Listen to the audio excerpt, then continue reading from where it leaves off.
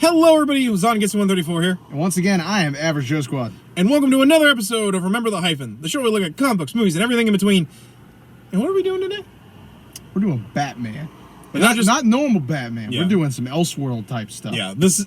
Something I don't think we've really done on this channel besides... I actually don't think we've done any Elseworlds. We talked about doing the vampire ones for Halloween, but then we got slammed. And one of these days, we need to do Gotham by Gaslight. Okay, so we should probably... do a little bit of explanation. We've done the movie, I guess, but I don't know if that counts. No, we've talked about it, but just so that everybody's clear on what we're talking about when we say Elseworlds. So basically, back in the late 80s, early 90s, DC came up with this idea of doing kind of something similar to Marvel's What If, although I think DC does it a lot better than What If. It depends. Marvel's What If is up and down, and like... Also, Elseworlds was really a continuation of just some of the off-the-wall stuff they'd been doing in comics. Like, I know the one that they specifically mentioned in the intro to this is... If you'll humor me for a minute. It was a single story entitled Krypton Lives On, which was a what if Krypton hadn't blown up. Yeah. You know, and so like that... It's basically, as the author states, it's really an homage to just kind of like the what if / Elseworld type stories of, you know, like, what if this happened, you know? Yeah. And it's also kind of an extension of DC's idea of the multiverse, where like we're basically getting glimpses of these different universes. And like for instance, Gotham by Gaslight, where what if Batman was was born in the Industrial Age, or the Industrial Revolution, or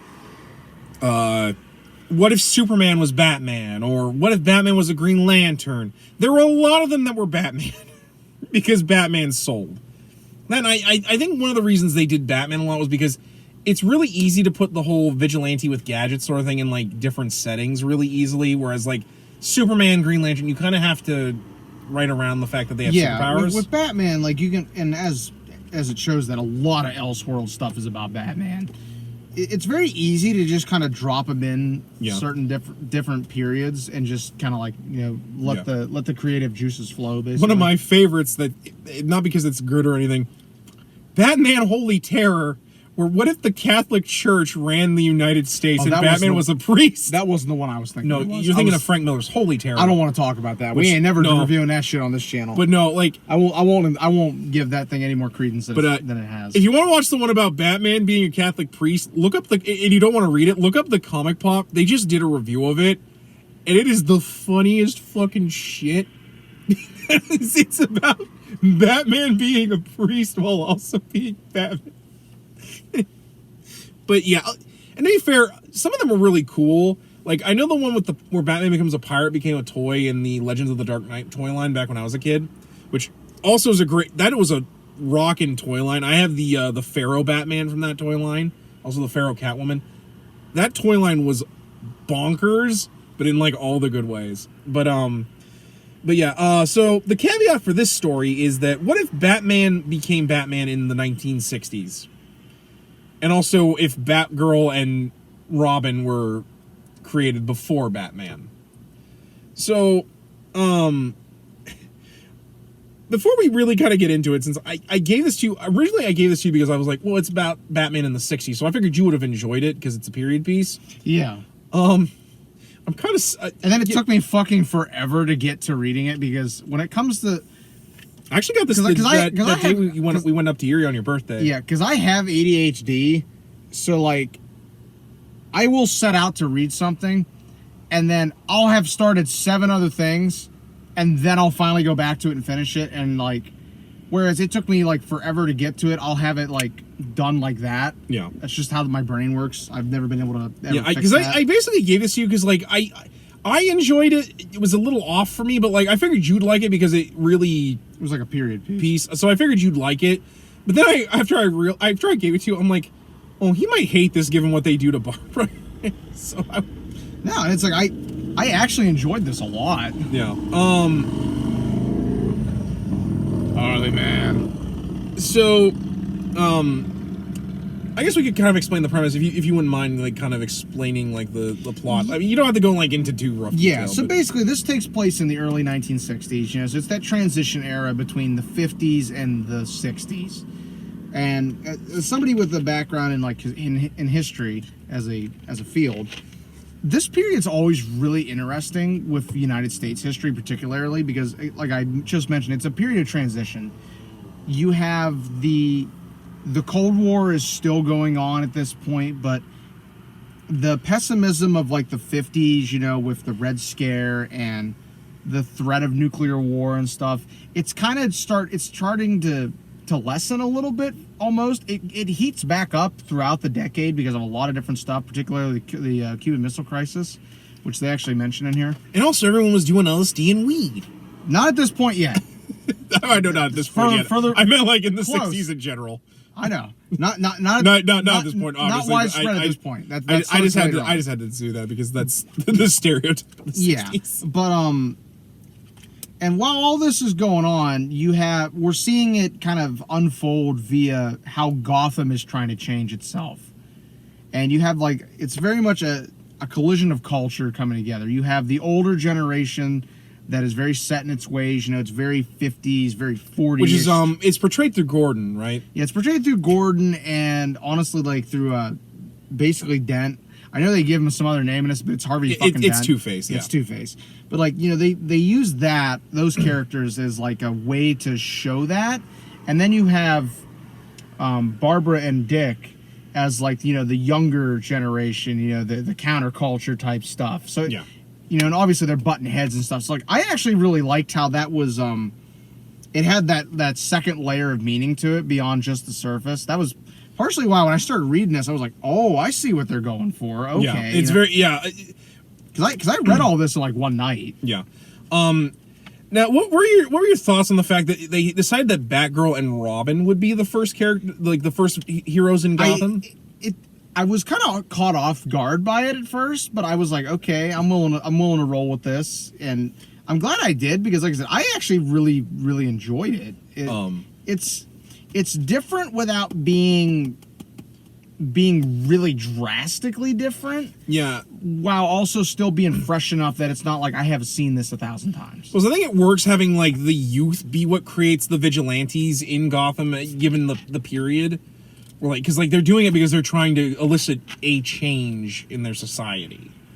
Although I will admit it was a little weird having, because I want to say they wrote Dick as, like, forgive me for kind of, like, saying, like, I think, because it's been a while since I've read this. Hence why I'm trying to lead this. So.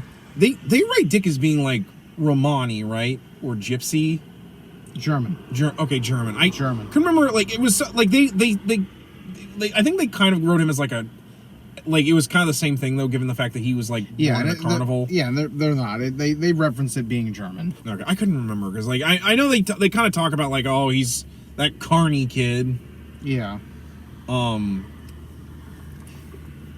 yeah, I also kind of like the idea that, like in this universe, Bruce Wayne, instead of becoming a vigilante at first, decides to become a cop. I thought that was really interesting, and I really liked how they mentioned that the reason is they lost the fortune during the Depression, and his parents got killed for a couple of bucks. Like, yeah, I really liked that. How that was like, you know, yeah, and he has to sell Wayne Manor to pay off the debts and stuff. And Barbara buys it because, like, I really liked it because I was like, okay, that I've never seen that done before, so that's definitely a new one, you know, and it was a fresh enough take without being really, really unbelievable. Yeah. Although, I will admit, I think it's in here, it's a bit of a stretch that it takes Gordon forever to figure out that Barbara's Batgirl.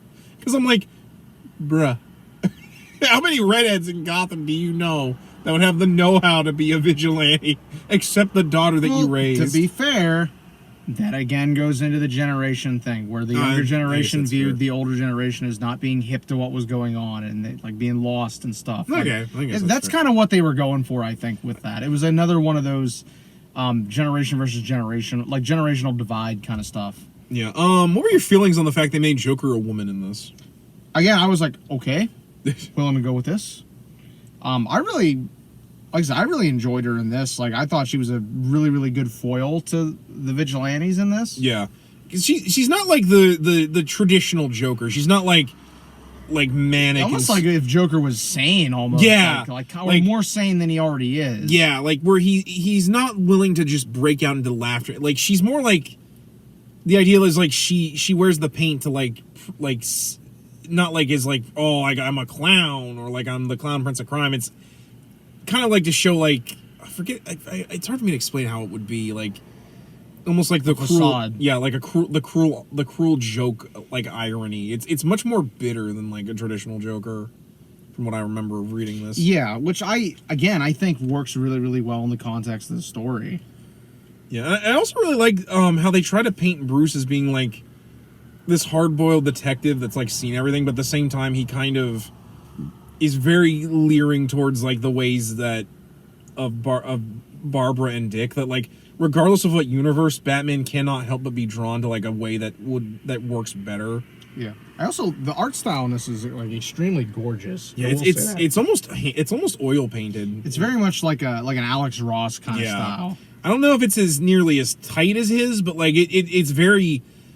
It works really well because it kind of has like this mixture of like the 50s, like that 50s art style where everything's kind of like, you know, like painted, but like at the same time it's kind of going into the 60s period where everything's kind of like got all these bright colors and like almost abstract, even though it's not really. Like it's more in the coloring about how like the abstractness to it, whereas everything else still feels like it's pulpy and yeah, it's very much deco. That's the word I was looking for. Yeah, it's very much. I can see where a lot of the pulp was inspiration was throughout a lot of this. Especially because like around the 90s it kind of started to come back. I could not get over Dick's evil goatee. That goatee was a mistake. It looks really bad. But as I was saying, like the pulp stuff, the pulpy kind of inspired stuff was really having a comeback during that time period. So yeah. It's not too surprising to me that like a lot of that was took this from like as an inspiration. Yeah. Also, if I remember correctly, wasn't Bruce in love with Barbara at one point in this? Yeah. Which it's so weird. We constantly go back to them. God damn it, Bruce Timm was involved in this somehow. I fucking know it. I mean, here it makes a little bit more sense because they're about like the same age, and like I like the reason why they like she drifts from him is because like that was what her dad wanted her to do, and like that's what eventually leads her to falling in love with Dick, to the point where oh my God, there's that drawing of Reagan in the Cuban. And like oh, you mean Kennedy? Or Kennedy? Sorry, not what did I say? Reagan. I don't know why I said Reagan. I meant Kennedy. I don't know what. That was a slip of the tongue. I apologize. I was like again, like the one thing they do a lot in this is they'll give you updates on what's going on in the rest of the world like real time. So like in this panel you have the space race, the Cuban Missile Crisis, James Bond. It's like a lot of what was going on in the world that was important, like with politics or world events.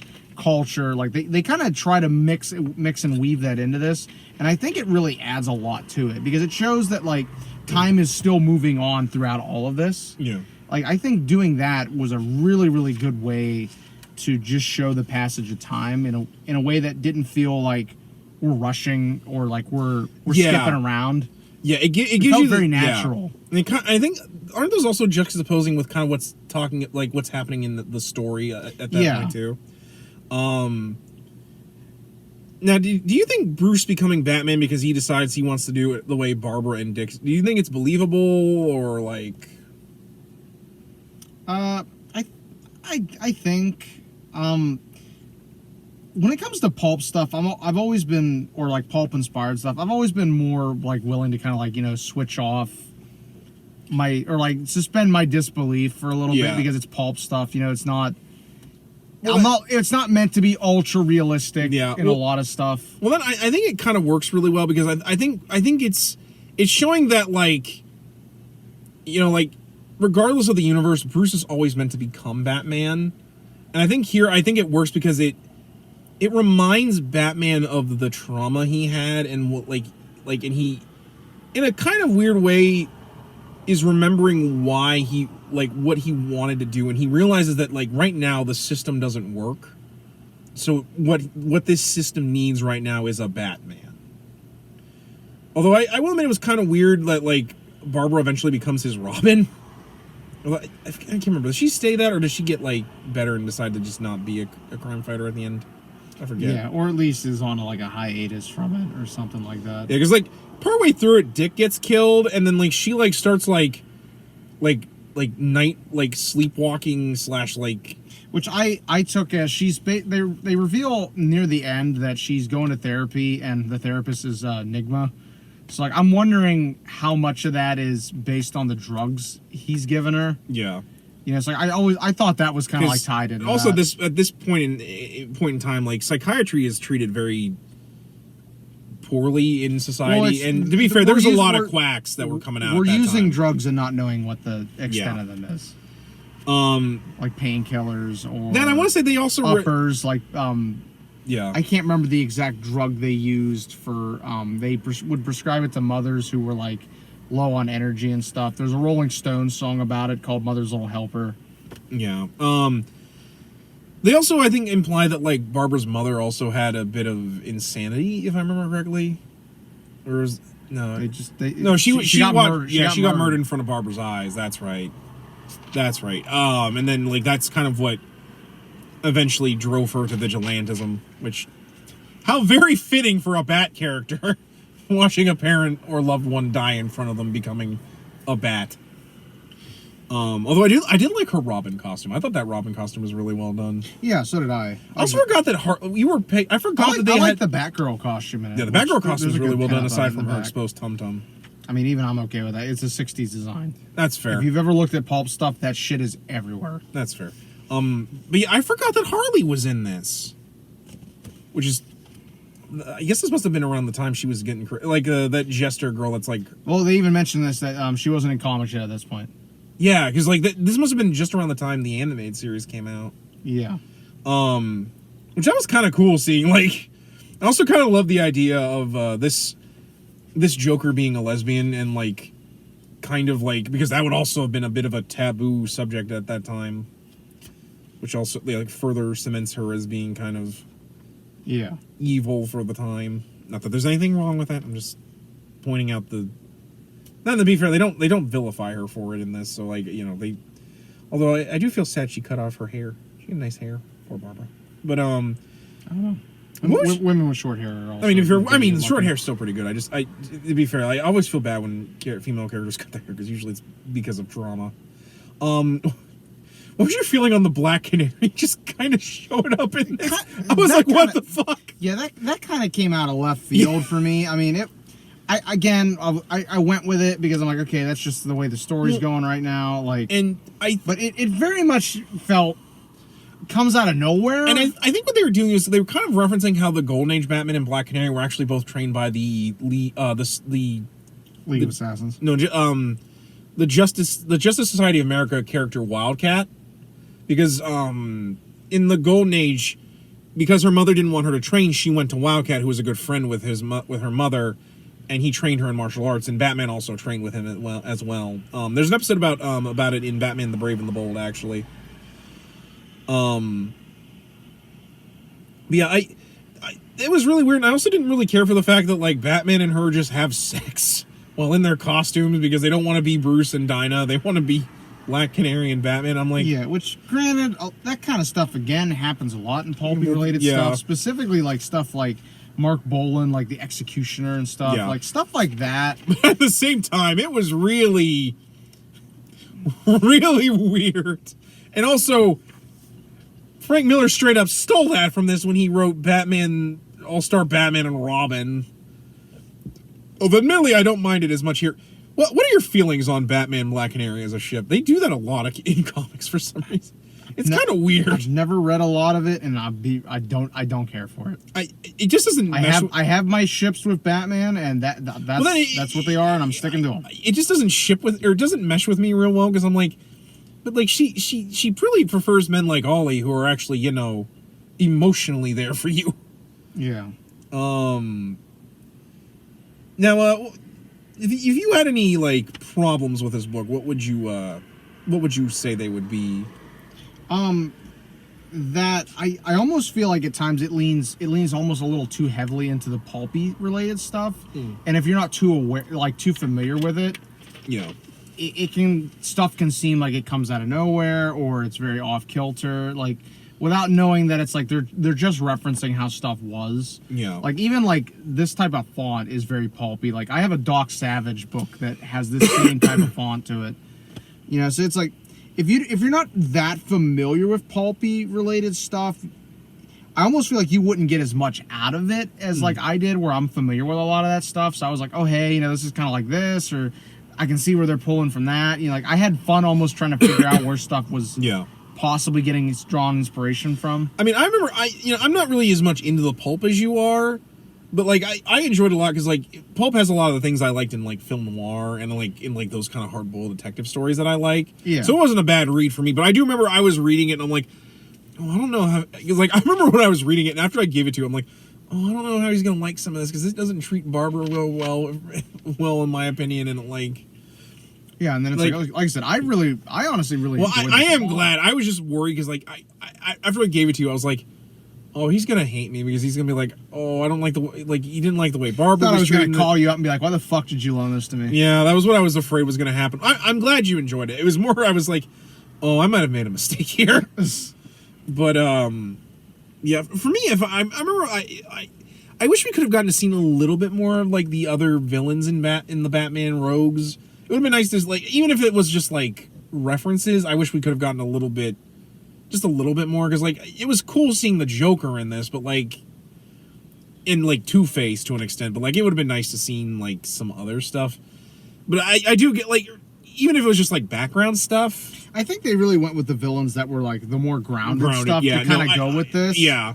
Whereas, like, I'll tell you what it really reminded me of is there's a fan-made web series on YouTube called Gotham 19 19 I know something. I actually have them saved. I can't rember what they're called, but I have them saved. Watch those, by the way, because I want to review those. No, those are good. There's a book to. that goes with it too. I need to buy the book, but that's kind of like that, and it's like an alternate history about like, you know, what would the Batman stuff be like if it was done prior to 1939, like, you know, when Detective came out? Yeah. It's really, really interesting and stuff. And it's very much like this. Yeah. Where it draws on a lot of this stuff from that time period, you know, and adapts it and stuff.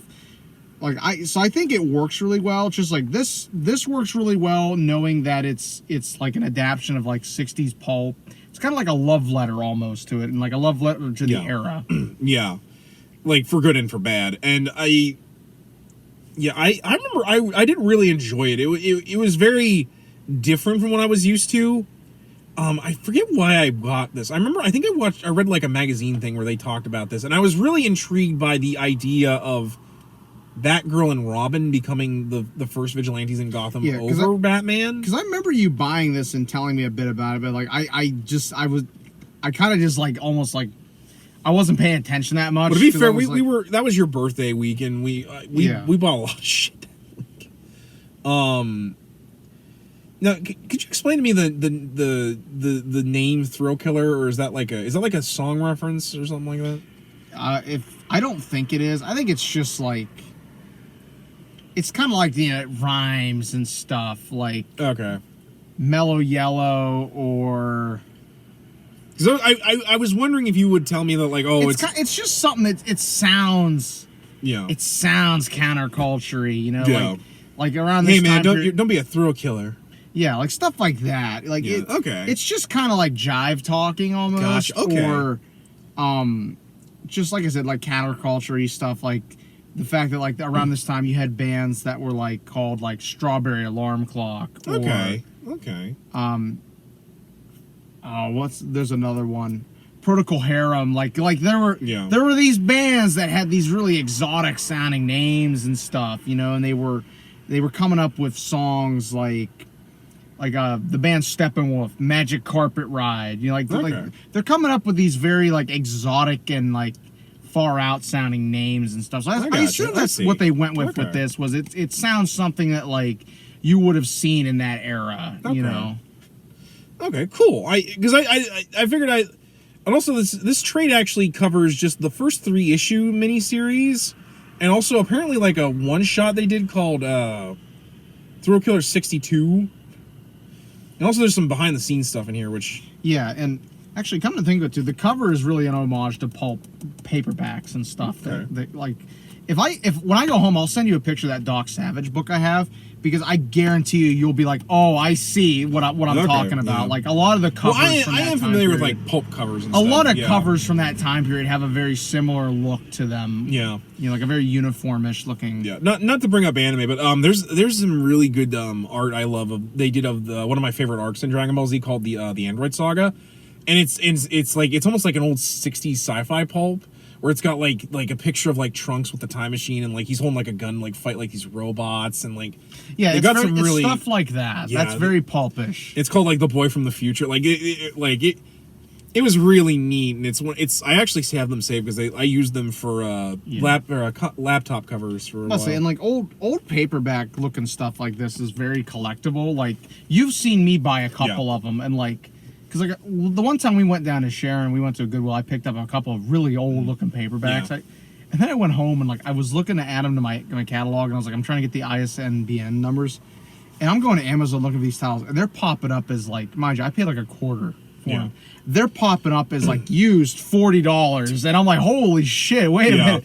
Because this kind of stuff's collectible. Yeah. You know, like, but it's the kind of collectible where like, you can still find them if you look. Mm-hmm. But like if you try to get them like through the internet, they're gonna charge you like more for them. There's gonna be a markup. I wish I could say more about the author, Howard Chaykin, but this is like the first thing I've ever read of him. Same, actually. I actually kind of want to pick up some, like, see if I can find some other stuff he's written, because like this was really an interesting read, and I'd like to see some more of what he's done, if he's done anything, because like, because honestly, I picked this up on a lark. Like, there's a lot of Elseworlds stuff I would like to find, but sadly a lot of it's not really reprinted. Yeah. Like, I know they did like an Elseworlds like omnibus, but like I have the other thing is I don't want to read like everything. I think I have the first 2 or 3 Batman Elseworld ones, but it's not everything. And the one's all just the vampire stuff. One's all just the Batman vampire. I have Gotham by Gaslight, which we need to do one of these days. I think I have it in I think it might be in one of my Elseworlds. If we do that, I'd like to watch the movie too, because I've heard good things about the movie. It's different than the book. Have you not seen the movie? I have it. I just haven't watched it yet. It's one of those I have it, but I need to watch it. I was about to say, because I've seen it. Well, I've seen the clips of it, but I meant more like if we do. So we haven't reviewed that. I thought we had reviewed that. No, we haven't reviewed that. I could have sworn we did. No, we haven't done that yet. Well, what I meant was if we read the book, we'll do the movie too. Like, that's what I meant was like. I've seen clips of the movie. It's just I haven't sat through. I need to sit down and do it, but I have to find it because it's in my shit downstairs. This reminds me. This year we gotta do Spider-Man Noir for. Yeah, I'll have to get that read. Yeah, because like this was such a great period piece, and I love Spider-Man Noir. Like, well, I love historical fiction, so like I'm in the middle of reading John Jake's Kent Family Chronicles saga. It's funny I mentioned that. In a lot of ways, this was like Spider-Man Noir, where I'm like, well, I've heard this was interesting, and I just picked this up like, well, I'll see what it's like, and I was like, oh, this is like a period piece that's really well done. Because like when I picked up Spider-Man Noir when I was in college, it was like that little tiny like digest almost, like digest how my Spider-Man Loves Mary Jane ones are. I was like, what the fuck is this? I guess I'll give it a read, and then I was like, oh, this is actually really, really good. It's like Spider-Man during the Depression, and he's fighting gangsters and shit. Holy shit in that costume. And then I became a Spider-Man Noir fan. And I regret it because I had to get everything Spider-Man Noir, and not all of it's really, really good. Especially because half that shit is written from him in the Spider-Verse, and I'm like, I'd like for them to do another mini on Noir, like, but I don't know how they do it, because I think they've kind of written him through the era, sadly. Although I guess they could just do like one-shot stories with him, but do a story of him in the late 40s chasing the Black Dahlia killer. There that'd be you go. good. Yeah, that'd actually be really good. That. Holy shit, I would read that too. But, so ratings wise, for me, out of 10, I'm gonna give this a 9. Like, I really, really enjoyed this a lot. I'm really glad you loaned it to me. I'm just sorry I didn't read it sooner, because I was like, damn, this is really good. I'm almost tempted to give it to you because you got so much out of it. And while I enjoyed it, I might just let you have it because you really liked it. Like I said, I really, really enjoyed it almost. I almost wondered, is there fanfic of this? Because I'm down for some good fanfic. I wouldn't be surprised. I'd give it an 8 out of 10. For me, I like it a lot. it's good. I think for me the only thing I wish we could have gotten a little bit. Not that I'm saying it should have like stopped. I just kind of wish we got a little bit more of like the lore in Gotham. Maybe just talking about like have them talk about like the crime that's coming into Gotham. Kind of like how in Gotham by Gaslight, where they talk about like how there's the super criminal element in Gotham, but like we don't focus on that. Yeah. But otherwise, because like that's one of my things with Elseworld stories. I really would like you to at least give a little bit, like, not like a huge info dump. Do a little bit of world building. Yeah, do a little bit of world building so I know what this universe is like. Even though I'm not going to be with it forever, I at least like a little idea of, like... Because, like, I think that's one of the things why I think sometimes the Elseworlds do it a little bit better than What If. Because a lot of times with What If, they're just moments in time, but everything else is kind of the same in that universe, if that makes any sense. Because, like, the Marvel multiverse idea is more or less, it's just... hey, everything's the same, but this is different. Like, I think the most interesting ones are like, what if Spider-Man got to be Captain Universe forever? But like with these, like they feel like real places and worlds. It's like I always enjoy when the Elseworlds like give me a feeling that they're real, like they're a real multiverse or a real universe that's lived in, instead of just here's like. Because, like, Batman speeding bullets, like, is like, well, here's Superman if you were Batman. I'm like, that's it? That's the only thing that changed? Yeah. Okay. But, like... yeah, I don't buy that. That's not good writing. Real quick, though, since we've done our ratings, I just want to kind of, like...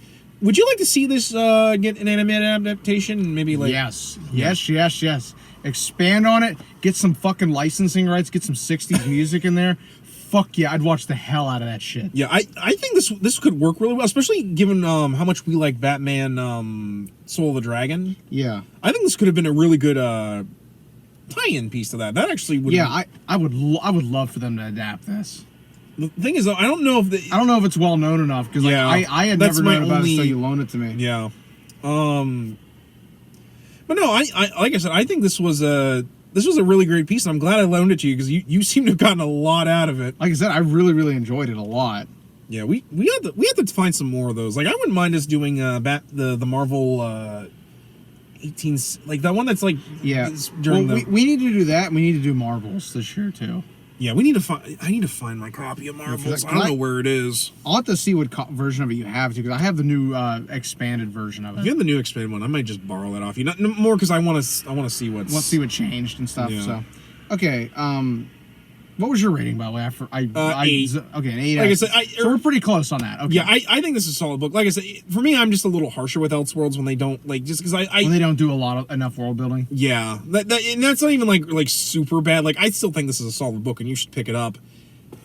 I'm not. This must have gotten just reprinted, because I got it last year, so I assume it's, especially because it's got the modern DC logo on it.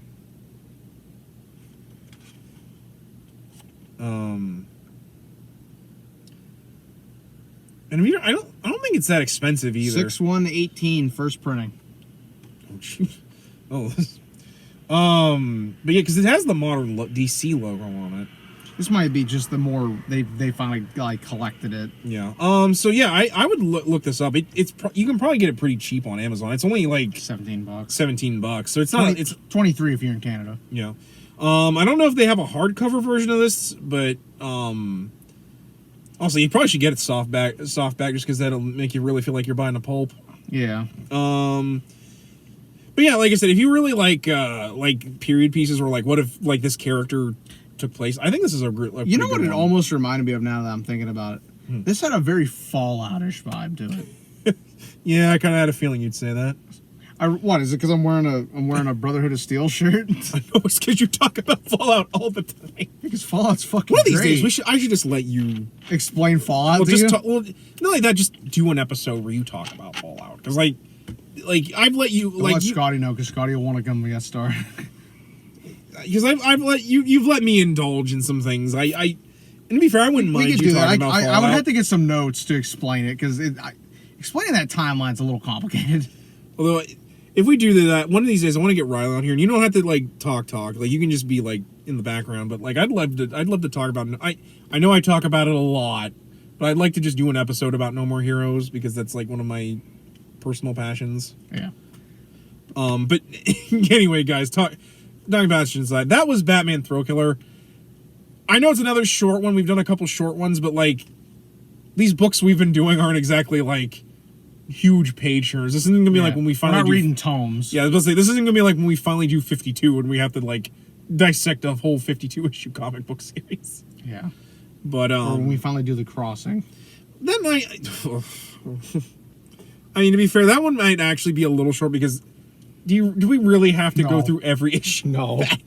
Like I can't. Like there's issues. I'm just that, a fucking madman that can't skim that. No, I know. Anyways, guys, I do kind of like when we talk about like shorter like stuff that like this kind of reminds me of when we read Batman the Cult, where like we read like a story that like neither you or I have like read. I was familiar with it because of back issues, but like this is it's always Batman we do these things. It's always Batman. But to be fair, there's a lot of really interesting premises with Batman that they did. I think the only one similar to this would be like we did Red Sun. Yeah. That or if we could finally find the Batman pirate ones, because the ones where he's a pirate. I'm gonna go find some obscure ass fucking Legion of Superheroes shit, and we're just gonna, you and I are gonna be like, what the fuck is this? Oh god. Do we have? I don't know. I'll find us some Silver Age stuff where it's got the clickbait covers. Actually, that could be an episode. That could be funny. Is us just going through clickbait covers? No. That or trying to fucking explain the Legion of Superheroes without saying, continuity change here. So anyway, guys, the Legion is a fucking mess. Yeah. But that was Batman Thrillkiller, everybody. So anyway, guys, tune in next week for some more goodness that you've come to expect from us. But until then, I'm Average Joe Squad. And I'm Zongetsu134. And as always, we ask you, remember the hyphen. And take care. And remember, tune in, turn on. Same bat time, same bat channel.